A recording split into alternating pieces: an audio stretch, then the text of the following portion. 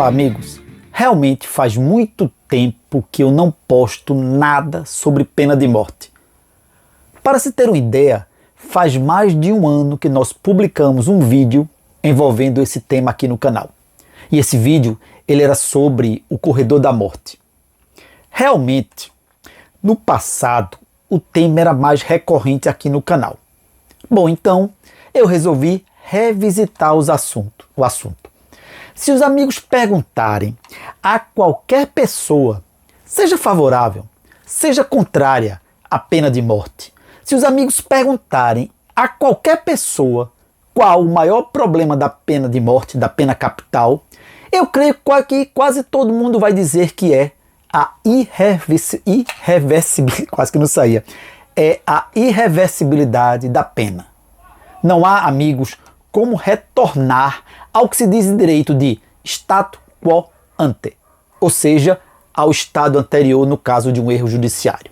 Morreu, ninguém consegue ressuscitar um morto. E realmente esse é um grande problema, já que não é desprezível o número de executados inocentes.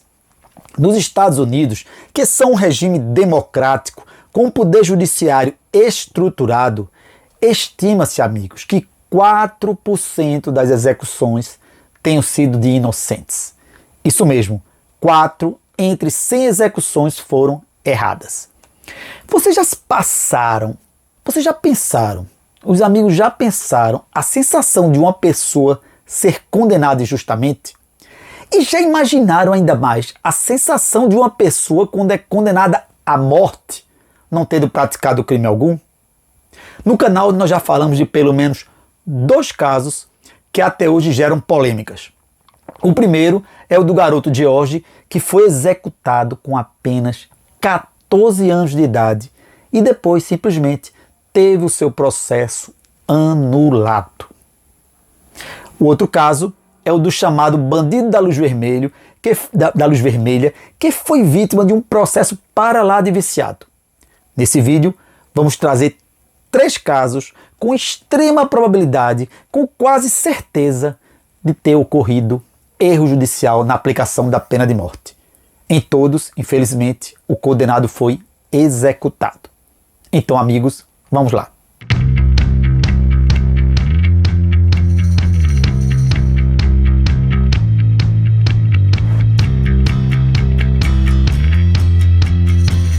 A pena de morte é um tema polêmico que divide opiniões apaixonadas contra e a favor. Sem adentrar em questões filosóficas ou teológicas, podemos ver os erros judiciários como um grande problema da pena de morte. Com a descoberta e democratização dos exames de DNA, muitas pessoas foram inocentadas de crimes, algumas vezes, infelizmente, em momento tardio. Outro problema vinculado à pena de morte é o preconceito racial. Minorias são muito mais condenadas. Isso é fato nos Estados Unidos.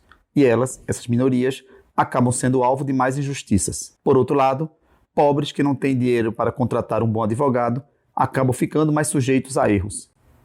E tem também a atuação da polícia, que simplesmente acaba, algumas vezes, condenando alguém antes mesmo do término das investigações. É como se os policiais ficassem logo convencidos de que alguém é culpado e passassem a desconsiderar evidências em sentido contrário. Em tais situações é comum, inclusive, confissões forçadas efetuadas sob ameaças, inclusive a familiares ou mesmo sob tortura.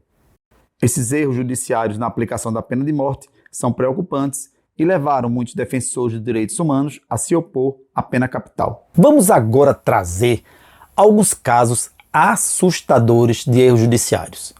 O primeiro é o de Cameron Todd Willingham. Ele foi condenado à morte em face da acusação de ter incendiado a sua própria residência com as suas 3 filhas dentro em dezembro de 1991. Foi condenado à morte com base no depoimento frágil de um vizinho que disse ter visto Willingham agachado na frente da sua casa enquanto o incêndio estava ocorrendo. Acontece, entretanto, que a testemunha também disse que não tinha visto seu rosto, mas achava que era ele o homem agachado. Outra prova produzida contra Cameron foi o depoimento de um período em incêndios que disse que o fogo foi criminoso. Havia, por fim, o relato duvidoso de um informante da prisão que afirmou que ele, Cameron, tinha confessado o crime a ele.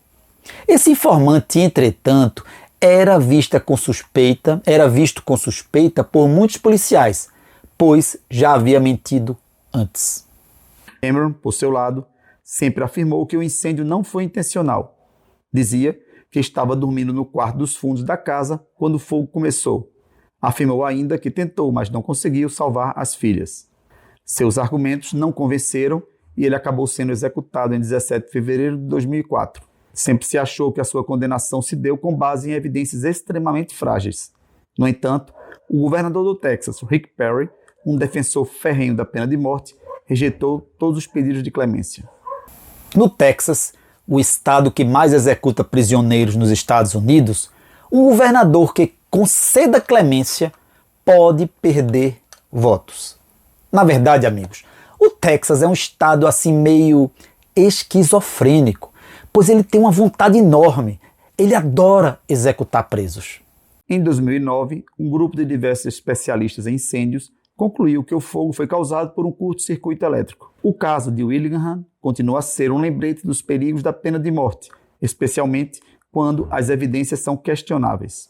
O segundo caso que iremos abordar será o de Troy Davis, que foi condenado à morte por supostamente ter assassinado um policial em 1989.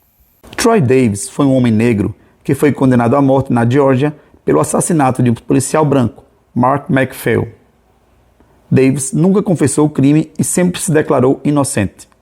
As acusações contra ele se baseavam em 9 testemunhas, inclusive 6 oculares. No entanto, 7 dessas testemunhas se retrataram de seus depoimentos em anos subsequentes, alegando que foram pressionadas pela polícia a acusar Davis. Além disso, a defesa apresentou evidências de que o verdadeiro culpado pelo crime era um homem chamado William Pinckney, que havia confessado a um amigo. Apesar das evidências de inocência de Davis, ele foi condenado à morte em 1991. A sua condenação foi confirmada por 3 cortes de apelação. Davis foi executado em 21 de setembro de 2011 após uma campanha internacional para sua libertação. A sua condenação foi baseada em evidências frágeis e contraditórias. O caso também levantou questões sobre a possibilidade de preconceito racial do sistema de justiça criminal dos Estados Unidos. O Papa Bento XVI, o ex-presidente dos Estados Unidos, Jimmy Carter, e até o presidente do Brasil da época, Luiz Inácio Lula da Silva, pediram clemência para Davis. O terceiro e último caso que trouxemos foi o de Carlos de Luna, que foi executado no Texas em 1989. Ele foi condenado pelo suposto assassinato de Wanda Lopes em 1983. A condenação e execução de Carlos de Luna é outro caso que levantou sérias preocupações sobre a aplicação da pena de morte nos Estados Unidos. Carlos de Luna foi condenado à pena de morte pelo suposto assassinato de Wanda Lopes, uma funcionária de uma loja de conveniências em Corpus Christi, Texas, em 1983. O caso gerou controvérsia porque muitos alegaram que ele era inocente e que havia sido condenado injustamente. As testemunhas oculares prestaram depoimentos contraditórios. Umas afirmavam que o verdadeiro culpado não era Carlos de Luna, mas sim outro homem chamado Carlos Hernández. Várias delas deram descrições contraditórias do acusado. Por outro lado, a defesa de Carlos de Luna foi inadequada. Não havia dinheiro para produzir provas que custavam caro, como são as provas periciais. Após anos de apelações e esforços da defesa, a execução de Carlos de Luna ocorreu em 1989, mesmo sem provas de sua autoria. A Columbia Human Rights Law Review, da Faculdade de Direito de Columbia, nos Estados Unidos da América, estudou o caso e chegou à conclusão da sua inocência. O professor James Lieberman, com uma equipe de 12 estudantes, publicou um documento que desmonta a história da polícia. A coisa toda foi tão absurda que o caso virou um livro de nome The Wrong Carlos, ou seja, o Carlos errado, Anatomy of a Wrongful Execution, por James Lieberman, Sean Crowley e Andrew Mark. O livro deixa nu o sistema legal falho e preconceituoso e desmonta todo o caso apresentado pela polícia e pela promotoria. Há uma estimativa de que nos Estados Unidos cerca de 1.300 acusados foram executados inocentemente. Isso é, conforme já dito nesse vídeo, cerca de 4% do total das execuções. Agora, Difícil nos Estados Unidos é um branco rico ser condenado à morte, se é que já houve algum. No nosso país, o Brasil, há um caso também de aplicação da pena de morte a um inocente. Foi o caso do Manuel da Mota Coqueiro, que foi condenado à pena capital e executado em 1872 por um crime que ele não cometeu. É isso aí, pessoal. Valeu!